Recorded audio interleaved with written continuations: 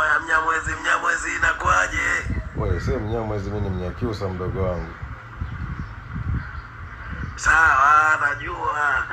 Yaani namaanisha kwamba Mnyamwezi ni mtu fulani hivi mjanja nini, yani si unajua zile. Kwa hiyo si makabila mengine mafara au sio?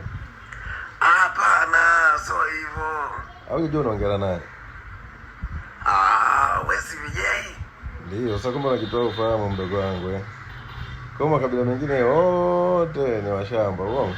Hamna kaka, vijay. Oya vijay. Sikiliza sasa nikupangilie. Unamkumbuka huyu Anselmo mdogo wa Ngundi ile hapa jirani wa kina nani hapa, kina Ambindu ile? Namkumbuka, akafanyaje?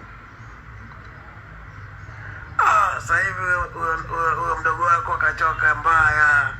Yaani hali mbaya, alikuwa na madeni hapa, maisha yamemchapa, akakimbia.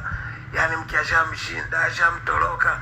Sasa hivi ninapokuambia yuko sijui Chunya huko sijui Kamsamba. Sasa simu mpige wewe au mimi? Umepiga wewe kaka. Sasa mbona yani unaongea muda wote wewe, unajua hata nimekupigia nataka kuongea nini? Sikiliza mdogo wangu, siku nyingine ukitaka kuongea mambo ya ombea wako au sio nipigie wewe, sio subiri mimi nikupigie simu. Vijay. Kwa heri bwana, nilikuwepo. Wanyamwezi oye.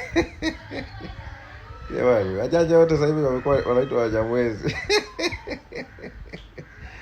Hatari sana. Hivi Wanyamwezi jamani, au Wanyamwezi ndio walikuwa watu wa kwanza kusafiri kwenda labda nchi za nje, ndio maana kila mmoja akiwa mjanja akienda nje anaitwa Mnyamwezi. Hebu